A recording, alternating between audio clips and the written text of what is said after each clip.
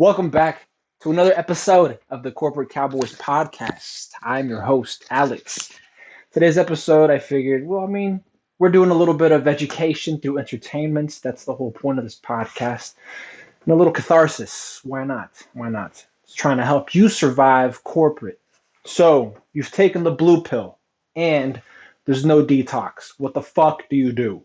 All right. Well, here's another 30-minute consult as we're going into season 7. I told you it's just going to get hotter and hotter every season. If you want the fundamentals, go visit seasons 1 through 4, right? Because around 5 and 6 is when I start just handing out free game to individuals with questions that I pick up offline, questions that are recommended to us, that are forwarded to us.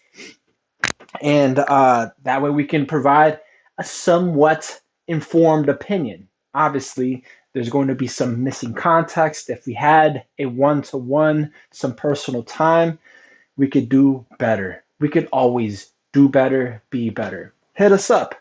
You can find us on Instagram. That's at Corporate Cowboys with a Z. The Patreon is also active, multiple tiers. We're on Rumble as well. That's Corporate Cowboys, anywhere you can find us. Want to shoot us a little donation, throw a little couple of bucks at us to help fund the corporate war, help build other leaders and form corporate cowboys, give them the tools necessary, kind of like weapons, more like knowledge that they could use to get ahead in their careers. By all means, please write to us. That's P.O. Box 3372, Rancho Cordova, California, 95741.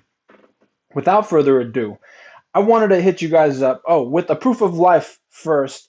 Today is Tuesday, December 27, 2022, and it's 2 days after Christmas. I hope y'all had a great time with friends, family, those close ones, those loved ones in your circle.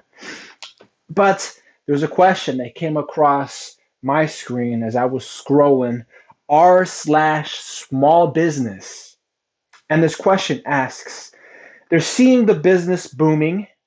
My partner wants back in after quitting a year ago. Well, what do they do, right? The question. They would like some general advice. Personally, just right off the bat, if a person, your friend, an associate, if they leave your business arrangement, I don't ever see a reason to have them come back. Maybe in the capacity of a contractor.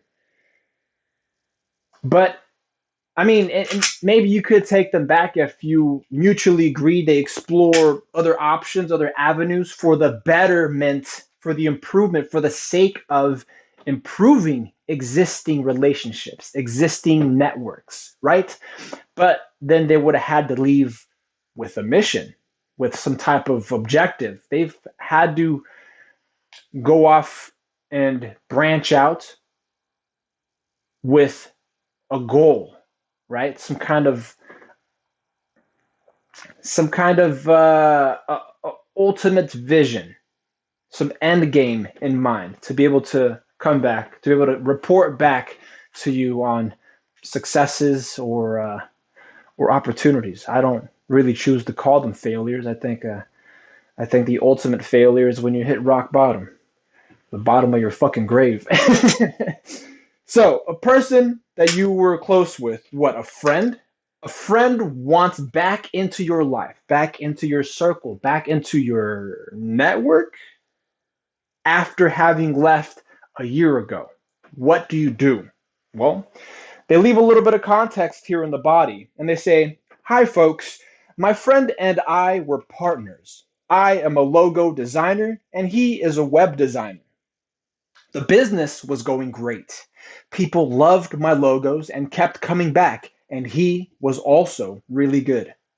And then his new girlfriend, who I guess didn't like me, made every effort to destroy our friendship and the business.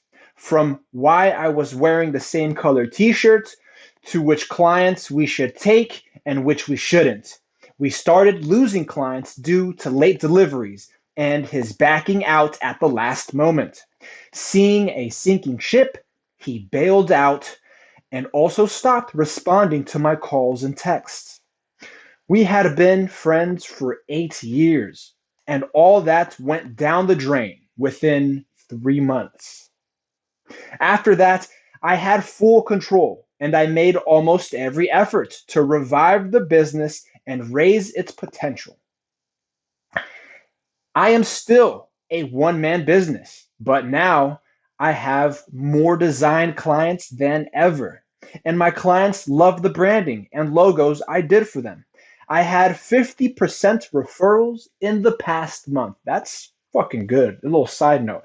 If 50% of your business comes strictly from referrals, that means you've got to, I mean, you don't have to take your foot off of the gas as far as marketing goes, but that's 50% more bandwidth you have as far as marketing goes. I'll leave it there. A month ago, he sent me an email congratulating me on my success and telling me how his girlfriend cheated on him. Last night, he and I were at the same Christmas party, and that is when he asked me if I could take him back as a business partner. Yo, if somebody, that's how you know they left a fucked up situation. That's how you know they fucked up a situation and now want to be quote unquote taken back. Anyways, they end by saying, I am really confused and I wanted to know what you would do and why. I appreciate the input. Well, we appreciate the question. Really, we do. Obviously, there are some preliminary information, some basic biographical information, some experiential information that we would collect as a corporate cowboy. It's just procedural in order to inform our opinion. But based on what we're given here, I believe we have enough. We have enough to tell you outright you shouldn't take this fool back. You shouldn't take this motherfucker back at all. This reminds me of associates that I've had from high school, associates that I had from undergrad that I worked with, and we would chop it up a little bit, you know, conduct business together. And it just so happens that a female would enter their life and they'd fucking ghost. They would disappear for weeks at a time, maybe months at a time. And then when they came back, I mean, younger me in high school might have taken them back because my network wasn't as wide, my network wasn't as broad, my network was not as expansive back then. So I figured that my options were somewhat limited and that anybody who came and tried to extend a hand, I should receive, right? But even then, I knew that my level of confidence in them was diminished. It's just how the cookie crumbles. It's how the game plays out.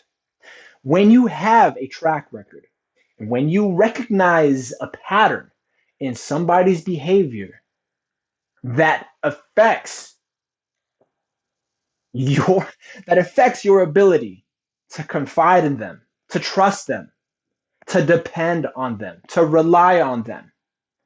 Ultimately, it affects their professional image and it influences how you will associate with them in the future. Now, that's not what I immediately thought because, again, I said I was younger. But as I grew older, that opinion that I just gave you, how it influences my professional interworkings, how I operate professionally, absolutely. Absolutely. Now I limit their access to me. I limit their access to my network. My reputation precedes me just as their reputation precedes them.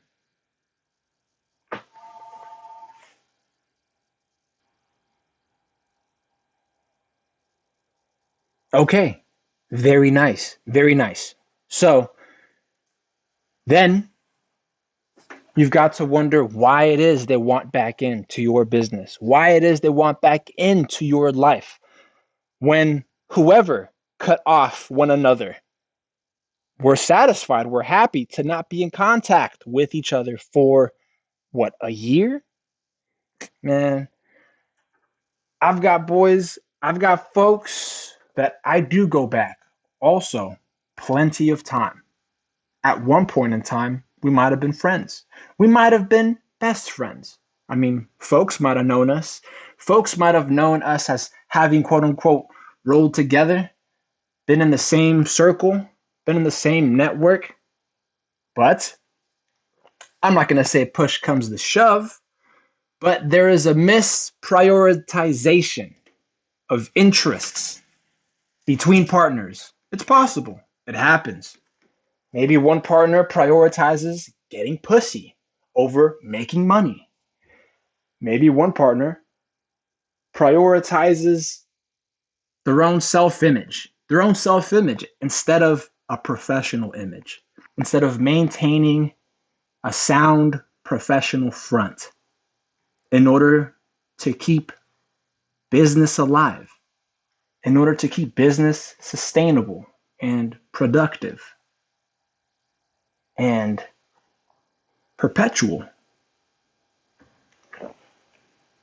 Now, when those interests overpower and overwhelm the business itself, that's when you know that trouble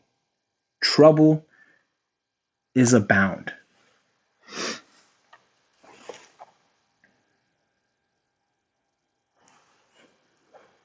So, continuing my anecdote, I had folks that I used to roll with, and geez, they were really talented. They really were. They were like, they were brilliant at computer science. I want to make it as vague as possible. They know today, they know what terms we are on. We are neither friends, and at the moment, neither associates. I know somebody who knows somebody who knows them. That's about it. So maybe we're an acquaintance. We're back to acquaintances at this point because we're not even transacting business together. Now, the day comes that I need the day comes that I'm approached. Should the day come that I'm approached and require the type of service, the specific expertise of this person who was once my quote unquote friend, who once was my quote unquote partner, then I approach them as a contractor, not even an employee. Why would I fucking put them down on payroll? As a contractor, respectfully, professionally. I at least pay them that professional respect. I still hold them in high regards, just don't have that kind of extraordinary trust, extraordinary confidence, that extraordinary dependability or reliability. I might have them do above board work for me because I can hold them to it on contract in quote unquote the real world. But if I need something done in the gray, if I need something done off the books, they are no longer in that circle. They are no longer in that network. I don't mean off the books. I mean something intercircular, something on in the fold, right? I don't mean extra legal. I don't mean criminal. It's just it's levels. It's levels to the trust. It's levels to the individuals you can rely on and can depend on.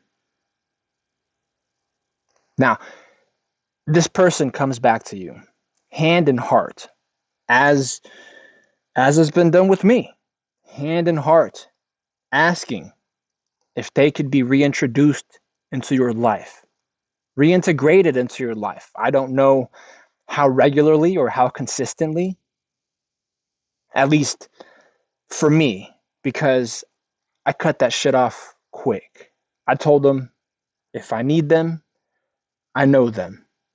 And if I don't need them, at the moment, I don't fucking know them. But in your case, because this was at a holiday party, I don't know how circumstances aligned for you to appear together at a party and for them to approach you hand in heart and essentially confess to you. I don't know if they acknowledged or recognized that they are the ones that fucked up or whether they should again, because in the heat of the moment, you could have been egging on the girlfriend, seeing that they were a threat to the business, and maybe y'all didn't rub each other the right way. She was interested in having as much time and attention from her boyfriend as possible, and your boy, sadly, was interested in getting wet, getting his dick wet as much as possible. Place that over the better interest of the business venture you two had together. So, bringing them back into the fold is the question on a limited, if any, basis. Do so on a contractual basis if you need them. As an independent contractor, 1099s are no sign of disrespect. Putting somebody on a 1099 is actually very respectful. Absolutely cutting them off from an industry is like threatening their livelihood. You don't want to outright blackball them either, unless they do some outright grimy shit. Then yeah, I could see that. Some outright grimy shit might warrant something extracurricular, something off the books. But you haven't gotten there yet. You're definitely are not there yet. And I pray to God that you never go there, that you never get there. It's a last resort. It's the ultimate resort. There's no need for that. I feel like the comment section in this particular post are going to relay much of the same opinion. I'm usually right with this type of stuff, especially when folks are mixing personal feelings, personal emotions, outside situations in their work environment. It's like the opposite of bringing your work home. If you bring your issues at home to work with you, it's going to impact your performance at work. You're going to fucking back out of contracts, back out of taking clients. You're going to what? Pay attention to your girl as to what clients you are going to take and what work you ought to do, how much time you ought to devote to it when you are the one in the driver's seat. You are the one who has the heads up display, who has the metrics in front of you for what work needs to be done, how much work you need to do in order to be successful. And yet you're going to let somebody else dictate where you're going to go. Be a backseat driver, if you will. I mean, that's if you're gung ho, right? Pedal to the metal. The point man, the first one in, last one out type of deal. You don't need any external influences dictating what direction you're going and how fast. You want to take your time. Don't live on anybody else's. And this goes to the OP as well. You want to take your time. I mean, at this point, only you know the type of friend they were in the past and the type of friend they could be in the future should you reintroduce them into your life, should you reintegrate them. Now, as a business partner, I mean, there's a difference between accepting their flaws as a human and their flaws as a professional. Human flaws, which you can work on both, right? An individual can work on both. But the flaws of the human, one might be more apt to accepting, to tolerating even before a professional flaw, especially a flaw that this person isn't keen on working on, even recognizing that they had, and just outright improving it overall. It's important. It's important that whomever you have as a business partner comes to the table with a contribution. And that should have happened initially. They did come to the table, and their contribution was web design, expertise in web design, and you had a good thing going. Now, you fuck it up again for some social issue, for some personal issue. You fuck that up for some personal issue and then expect to be taken back. The next time a personal issue comes up, what can we expect? You already have a track record. And that track record may go back from before you two were business partners together, like I mentioned. This is from high school. Before we had businesses together, before we started making money together. We could see it. We could see it. Let's take a look at some of these comments real quick. I mean, that's just very, very general advice. I don't know the extent of your situation, of the circumstances in which they left the company. I don't have any numbers in front of me as to whether or not profits were lost. But from the context, it's obvious that when this person left the business, or in the interim, while this person was having, your ex-business partner was having issues, personal issues with their girlfriend, the business was suffering because the girlfriend was riding their back, essentially. And then after they left, you put in the individual efforts to get the business off the ground, to make it solvent, to make it profitable. And so it's not just afloat, it's not just surviving, you're actually thriving now. And now that your friend sees you doing good, sees that you're up, they also want to be up with you. They want a little handout. They want a little hand up, right? I'm not saying they don't deserve it, but they were not there when you were putting in the work. They were not in the gym with you when you were shooting, right? And again, I'm not saying they outright do not deserve it, because I don't know what the dynamic of the relationship is like. I don't know how compatible they are. Again, I would dig even more into that, because this goes on a deeper level. It's both the professional influencing the personal and vice versa. The first comment here says fuck that. Fuck that. Also, make sure you have legally/properly removed them from any claim to the business. Yeah, I think that's the first thing that should have been done.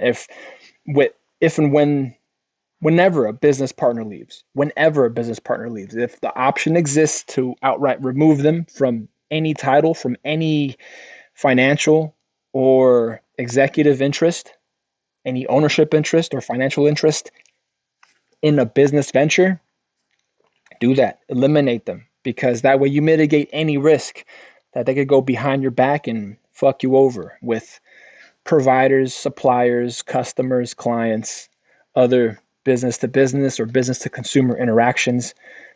Leave them no authority, leave them no power to claim any stake in the previous business you had together, right? Cut them out completely. It's the best way to isolate your position, mitigate any risk, any liability. And the OP responds to this and says, actually, I took care of that legally as soon as he left. We were at the brink of bankruptcy. Oh, that gets thick. I worked my ass off and brought back this dying business to life. Actually, I still miss him at times. We had a loot of great memories, but I guess he burned all the bridges. You guess?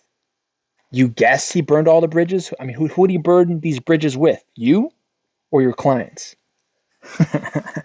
I think if he burns any bridges, he's got a lot of amends to make, right?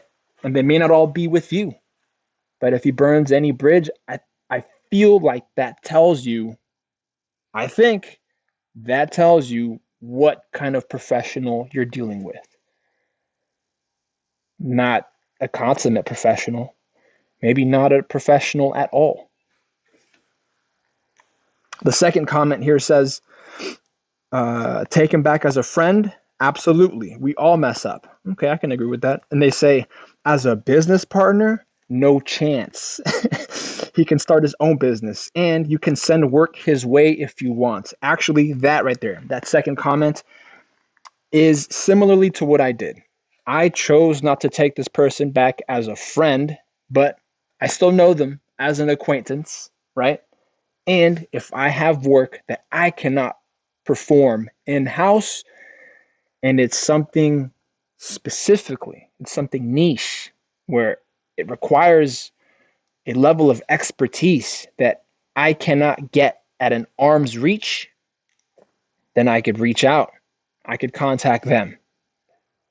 I still got their number. I still got their contact info. We didn't leave off on the best of terms, but we left off on working terms. So if I need them, I'll contract them. But they're not invited to the barbecue. I haven't seen them in ages, years pretty much. But I do got them up my sleeve if and when the time is appropriate. And it necessitates, absolutely necessitates and warrants me having to reach out. Not an enemy, not bad blood, not the opposition, not even competition, really. Just an acquaintance. Again, there's levels to this shit of trust, confidence, reliability.